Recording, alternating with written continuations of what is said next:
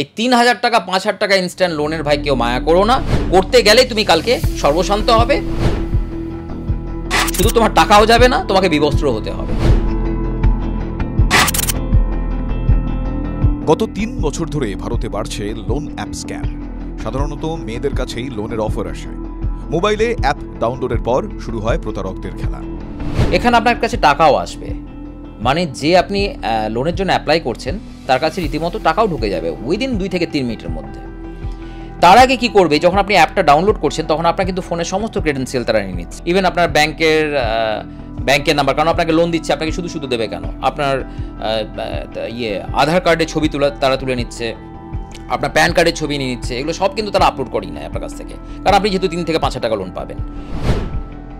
কি করে প্রতারকরা? এখানে সিম্পল সেক্সটর্শন বা এক ধরনের আপনাকে হুমকি দিয়ে টাকা আদায় করার চেষ্টা করা হয়। এটা যারা আমি এই সময় বলছি, যারা আমার এই ভিডিও দেখছেন তাদের মধ্যে দেখবেন অনেকেই এতে ভুক্তভোগী বা অনেকেই হয়তো অনেক টাকা খুইয়ে বসে গেছেন, লজ্জায় ভয়ে অনেকে কিছু বলতে পারেননি বা পুলিশের কাছে যাননি। কি হয়, আপনার কাছে 10 মিনিটের মধ্যে একটা কল আসবে कि तुमको 3,000 रुपये भेजे थे, अभी जल्दी 30,000 भेजो। बोले क्यों भाई? बोलो लोन लिया ना, तुम 30,000 भेजो, नहीं तो अभी तुम्हारा ये तस्वीर ভাইরাল कर देंगे। কোন তসবির?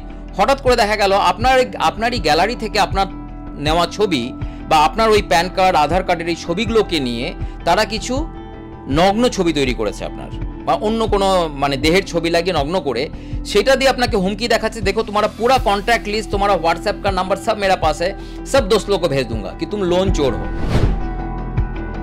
ভাবুন কি মারাত্মক এই প্রতারণা। এবার আপনি একটা অদ্ভুত অবস্থার মধ্যে পড়ে যাবেন যে নিয়েছিলাম তো আমি 3,000, 30,000 চাইছে। ভুক্তভোগীদের জন্য পুলিশ কি করে?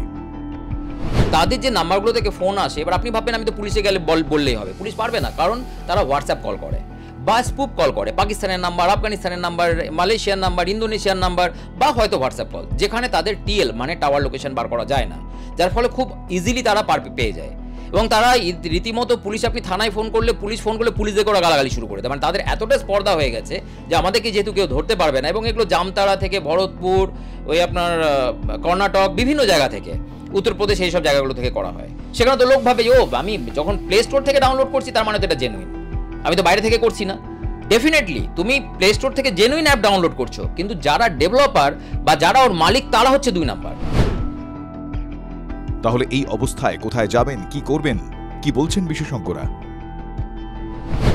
এই সবচেয়ে ভয়ঙ্কর ভাবে এখন এই ঘটনাটা ঘটছে রিসেন্ট, সেটা হচ্ছে লোন অ্যাপ স্ক্যাম।